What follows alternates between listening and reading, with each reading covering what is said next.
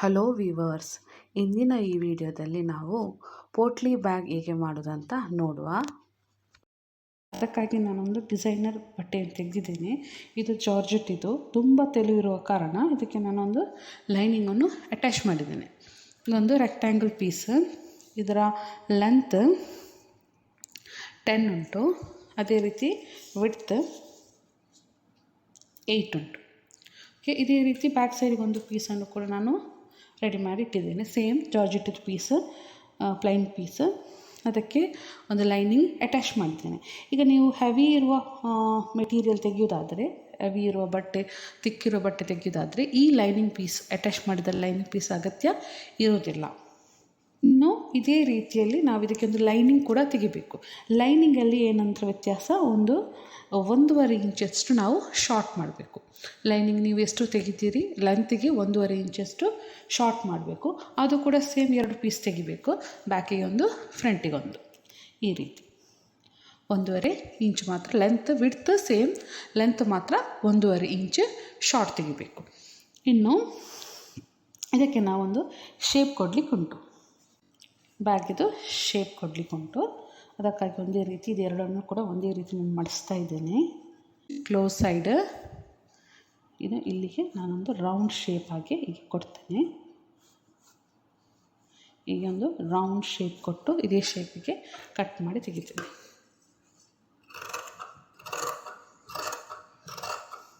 ನಂತರ ಸೇಮ್ ಇದನ್ನು ಕೂಡ ಹಾಗೇನೆ ಕಟ್ ಮಾಡಬೇಕು. ಒಂದೇ ರೀತಿ ಇಟ್ಕೊಂಡು ಕಟ್ ಮಾಡುವ.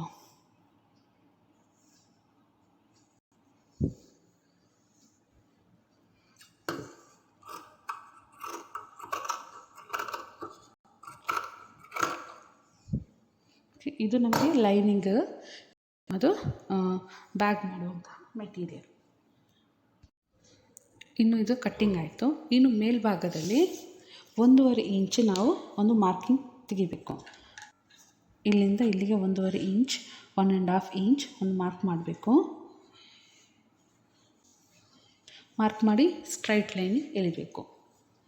ಆನಂತರ ಇದರ ಕೆಳಗೆ ನಾವು 3/4 ಇಂಚ್ ಅಷ್ಟು, ಅರ್ಧ ಅಥವಾ 3/4 ಇಂಚ್, ನಾನಿಲ್ಲಿ ಒಂದು ಅರ್ಧ 3/4 ಇಂಚಿಗಿಂತ ಮಧ್ಯದಲ್ಲಿ ತೆಗಿತಾ ಇದ್ದೇನೆ.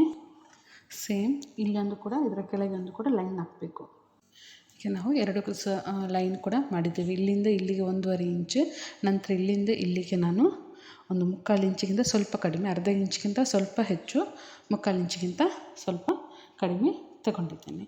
ಇನ್ನು ಇಲ್ಲಿ ನಾವು ಈ 2 ಲೈನಿಂಗ್ ಪೀಸನ್ನು ಇದರ ಜೊತೆಗೆ ಇಲ್ಲಿ ಅಟ್ಯಾಚ್ ಮಾಡಲಿಕ್ಕೆ ಈ ಜಾಗದಲ್ಲಿ ನಾವು ಒಂದೊಂದು ಅಟ್ಯಾಚ್ ಮಾಡಬೇಕು. ಇದು ಸ್ಟಿಚ್ ಮಾಡಿ ಆಯಿತು. ಇದು ಸಿಂಗಲ್ ಪೀಸ್ ಫ್ರಂಟ್ ಸೈಡ್. ಇದರ ಮೇಲೆ ತಂದು ಈ ರೀತಿಯಾಗಿ ಒಂದರ ಮೇಲೆ ಒಂದು ಹೀಗೆ ಇಡ್ತೇನೆ. ಲೈನಿಂಗು 2 ಕೂಡ ಒಂದೇ ಸೈಡಿಗೆ ಬರಬೇಕು. ಬ್ಯಾಗಿದು ಬಟ್ಟೆ ಇದು ಕೂಡ ಇನ್ನೊಂದು ಸೈಡಿಗೆ ಬರಬೇಕು. ಒಂದೇ ರೀತಿ ಆಗುವಾಗೆ ನಾವು ಅಡ್ಜಸ್ಟ್ ಮಾಡುವ. ಆನಂತರ ನಾವು ಇಲ್ಲಿಂದ ಈ ಲೈನ್ ಹಾಕಿದ್ದೇವಲ್ಲ, ಈ ಲೈನಿಂದ ಇಲ್ಲಿ ಬಂದು ಹೀಗೆ ಫುಲ್ಲು ರೌಂಡಲ್ಲಿ ಸ್ಟಿಚ್ ಮಾಡಬೇಕು ಇಲ್ಲಿಗೆ. ನಂತರ ಈ ಸೈಡಿಂದ ಇಲ್ಲಿಗೆ ನಾವು ಫುಲ್ಲು ಹೀಗೆ ರೌಂಡು ಹೀಗೆ ಸ್ಟಿಚ್ ಮಾಡ್ತಾ ಇಲ್ಲಿ ತನಕ ಬಂದು ಒಂದಿಷ್ಟು ಪ್ಲೇಸ್ ನಾವು ಬಿಡುವ. ಏಕೆಂದರೆ ನಮಗೆ ಒಳಗಿಂದ ಸ್ವಲ್ಪ ಸ್ಟಿಚ್ ಮಾಡಲಿಕ್ಕೆ ಇರ್ತದೆ, ಆಗ ನಮಗೆ ಇದು ಓಪನ್ ಇದ್ದರೆ ಒಳ್ಳೆಯದಾಗ್ತದೆ. ನಾವೀಗ ಇಲ್ಲಿಂದ ಈಗ ರೌಂಡ್ ಸ್ಟಿಚ್ ಮಾಡ್ತಾ ಇಲ್ಲಿ ತನಕ ಬರ್ತೇನೆ. ನಮಗೆ ಈ ಲೈನ್ ಉಂಟು, ಇದರೊಳಗೆ ನಮಗೆ ಇಲ್ಲಿ ಸ್ಟಿಚ್ ಬರಬಾರ್ದು. ಆನಂತರ ಇಲ್ಲಿಂದ ಸ್ಟಾರ್ಟ್ ಮಾಡಿ ಸೀದಾ ರೌಂಡಾಗಿ ಇಲ್ಲಿವರೆಗೆ ಒಂದು 5-6 ಇಂಚಷ್ಟು ನಾನು ಗ್ಯಾಪ್ ಬಿಡ್ತೇನೆ. ನಮಗೆ ಒಳಗೆ ಒಂದು ಸ್ಟಿಚ್ ಮಾಡಲಿಕ್ಕೆ ಇರ್ತದೆ, ಆಗ ನಮಗೆ ಅದು ಈಸಿ ಆಗ್ತದೆ. ಈಗ ನಾನು ಇಲ್ಲಿಂದ ಫುಲ್ ಹೀಗೆ ಸ್ಟಿಚ್ ಮಾಡಿದ್ದೇನೆ, ಮತ್ತು ಇಲ್ಲಿಂದ ಹಿಡಿದು ಹೀಗೆ ಫುಲ್ ಸ್ಟಿಚ್ ಮಾಡಿ ಇಲ್ಲಿ ತನಕ ನಿಲ್ಲಿಸಿದ್ದೇನೆ. ಇಷ್ಟು ಓಪನ್ ಉಂಟು ನಮಗೆ. ಇನ್ನು ಈ ಸೈಡಿಂದ ನಾವೀಗ ಓಪನ್ ಮಾಡಿ ಈ ಥರ ಓಪನ್ ಮಾಡಬೇಕು. ಇಲ್ಲಿ ನಮಗೆ ಯಾವುದು ನಾವು ಟೈ ಮಾಡುವಂಥ ಲಾಡಿ ಯಾವ ಜಾಗದಲ್ಲಿ ಬರ್ತದೆ ಅಲ್ಲಿ ನಾವು ಹೋಲಿಗೆ ಅಷ್ಟು ನಾವು ಸ್ಟಿಚ್ ಮಾಡಲಿಲ್ಲ, ಈ ರೀತಿ ಓಪನ್ ಇರ್ತದೆ.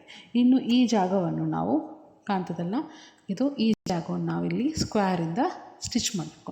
ಸ್ಟಿಚ್ ಮಾಡೋದಾದರೆ ನನಗೆ ಇಲ್ಲಿ ಓಪನ್ ಇರಲೇಬೇಕು, ಇಲ್ಲದ್ರೆ ನನಗೆ ಸ್ಟಿಚ್ ಮಾಡಲಿಕ್ಕೆ ಆಗಲ್ಲ. ಅದಕ್ಕಾಗಿ ನಾನೊಂದು ಇಷ್ಟು ಓಪನ್ ಇಟ್ಟಿದ್ದೇನೆ. ಈ ರೀತಿ ನಾನು ಹೋಲಿಗೆ ಸ್ಕ್ವೇರಲ್ಲಿ ಸ್ಟಿಚ್ ಮಾಡಿದ್ದೇನೆ. ಮತ್ತು ಸೇಮ್ ಈ ಸೈಡಲ್ಲಿ ಕೂಡ ಹಾಗೆ ಮಾಡಬೇಕು. ಹಾಗೆ ಮಾಡೋದಕ್ಕಿಂತ ಮುಂಚೆ ನೀವು ಇಲ್ಲಿಂದ ಸ್ವಲ್ಪ ಕೆಳಗೆ ತನಕ ಸ್ಟಿಚ್ ಮಾಡಬೇಕು ಮೊದಲಿಗೆ. ಫುಲ್ ಬಂದ್ ಮಾಡಬಾರ್ದು. ಫುಲ್ ಬಂದ್ ಮಾಡಿದರೆ ನಮಗೆ ಮತ್ತೆ ಸ್ಟಿಚ್ ಮಾಡಲಿಕ್ಕೆ ಆಗಲ್ಲ. ಇಲ್ಲಿಂದ ಇಲ್ಲಿ ತನಕ ನಾನು ಸ್ವಲ್ಪ ಸ್ಟಿಚ್ ಮಾಡ್ತೇನೆ. ಇಲ್ಲಿಂದ ಇಲ್ಲಿ ತನಕ ಸ್ವಲ್ಪ ಸ್ಟಿಚ್ ಮಾಡಿದ್ದೇನೆ. ಆನಂತರ ಇದನ್ನು ಒಳಗಿಂದ ಓಪನ್ ಮಾಡಿ ಈ ರೀತಿ ನೋಡಿದರೆ ನಿಮಗೆ ಇಲ್ಲಿ ಹೋಲ್ಸ್ ಕಾಣ್ತದಲ್ಲ, ಆವಾಗ ಸ್ಟಿಚ್ ಮಾಡಿದ ರೀತಿಯಲ್ಲಿ ಇದನ್ನು ಕೂಡ ಸ್ಟಿಚ್ ಮಾಡಬೇಕು. ಇದು ಕೂಡ ಹೋಲು ಆಯಿತು. ಇನ್ನು ಇಷ್ಟಾದ ನಂತರ ಇಲ್ಲಿ ಓಪನ್ ಇರ್ತದಲ್ಲ, ಇಲ್ಲಿಂದ ನಾವು ಈ ಬಟ್ಟೆಯನ್ನು ಈ ರೀತಿ ತಂದು ಉಲ್ಟಾ ಮಾಡಬೇಕು. ಚೆಂದ ಒಂದೇ ರೀತಿ ಆಗುವ ಹಾಗೆ ಮಾಡಬೇಕು. ಎಲ್ಲ ಕೋಣೆಯನ್ನು ಕೂಡ ಸರಿ ಮಾಡಬೇಕು.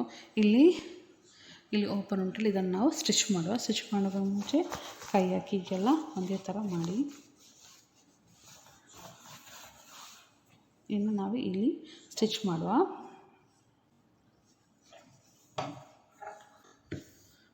ಇದನ್ನು ನಾವು ಇದರ ಒಳಕ್ಕೆ ಹಾಕಬೇಕು. ಲೈನ್ ಪೀಸನ್ನು ಇದರ ಒಳಕ್ಕೆ ಹಾಕಬೇಕು. ಈ ರೀತಿ ನಾವು 1.5 ಇಂಚು ಶಾರ್ಟ್ ತೆಗೆದಿದ್ದೇವೆ. ಅದು ನಮಗೆ ಇಲ್ಲಿ ಈ ಒಳಕ್ಕೆ ಈ ಸೈಡ್ಗೆ ನೋಡಿ ಒಳಭಾಗಕ್ಕೆ ಇದು ಹೋಗ್ತದೆ.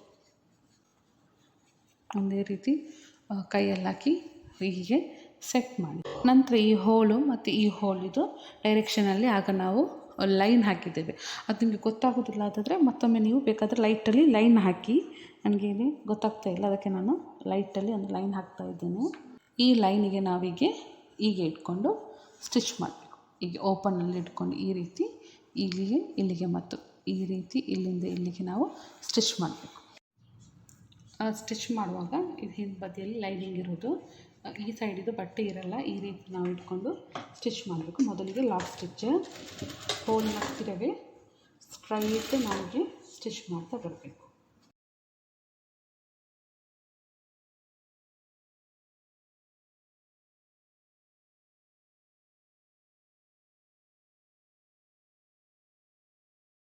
ಇಷ್ಟಾದ ನಂತರ ಇಲ್ಲಿ ನಾವು ಸ್ಟಿಚ್ ಮಾಡಿ ಆಯಿತು. ಇನ್ನು ನಾವು ಡೋರಿ ಯಾವ ರೀತಿ ತೆಗೆಯೋದಂತ ನೋಡುವ.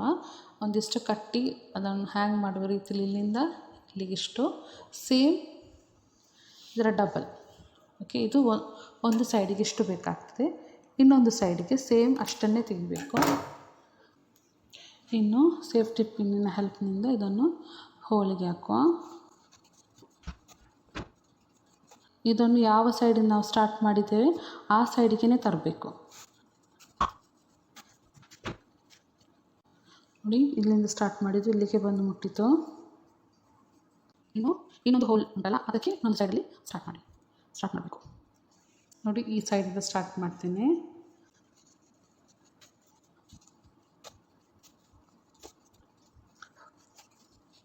ಇದೇ ಜಾಗಕ್ಕೆ ಬಂತು. ಎಲ್ಲಿಂದ ನಾನು ಸ್ಟಾರ್ಟ್ ಮಾಡಿದ್ದೇನೆ ಅಲ್ಲಿಗೆ ಜಸ್ಟ್ ಈಗ ಒಂದು ಟೈ ಮಾಡಿ ಬಿಡ್ತೇನೆ. ಮತ್ತು ಇದಕ್ಕೇನಾದರೂ ಲಟ್ಕನ್ ಏನಾದರೂ ಹಾಕ್ತೇನೆ.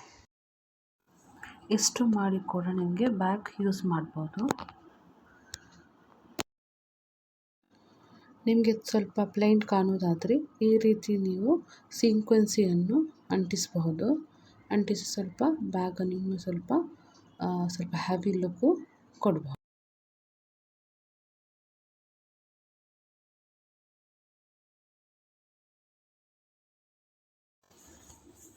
ಇನ್ನು ಇದಕ್ಕೆ ಲಟ್ಕನ್ ಯಾವ ರೀತಿ ಮಾಡೋದು ಅಂತ ನೋಡುವ. ಇಲ್ಲಿ ನಾನು 4 ಇಂಚು ಅಗಲ ಮತ್ತು 4 ಇಂಚು ಉದ್ದ ಇರುವಂತಹ ಒಂದು ಸ್ಕ್ವೇರ್ ಪೀಸ್ ತಗೊಂಡಿದ್ದೇನೆ.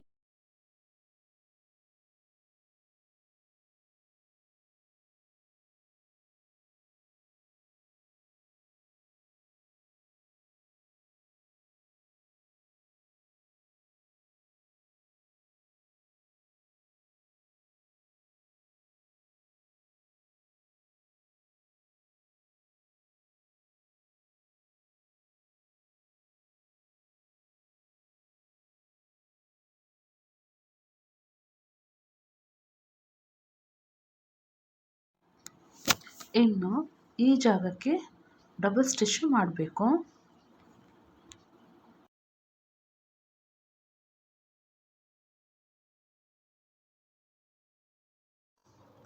ಮತ್ತು ಈ ಕಾರ್ನರ್ನಲ್ಲಿರುವಂಥ ಎಕ್ಸ್ಟ್ರಾ ಮಾರ್ಜಿನನ್ನು ಕಟ್ ಮಾಡಿ ತೆಗಿಬೇಕು. ಅನಂತರ ಇದನ್ನು ಉಲ್ಟಾ ಹಾಕಬೇಕು.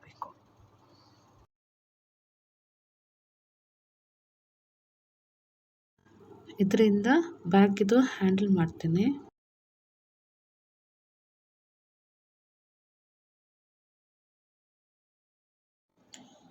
ಪುಲ್ಕಿ ಬ್ಯಾಗ್ ಈಗ ಫುಲ್ ರೆಡಿ ಆಯಿತು.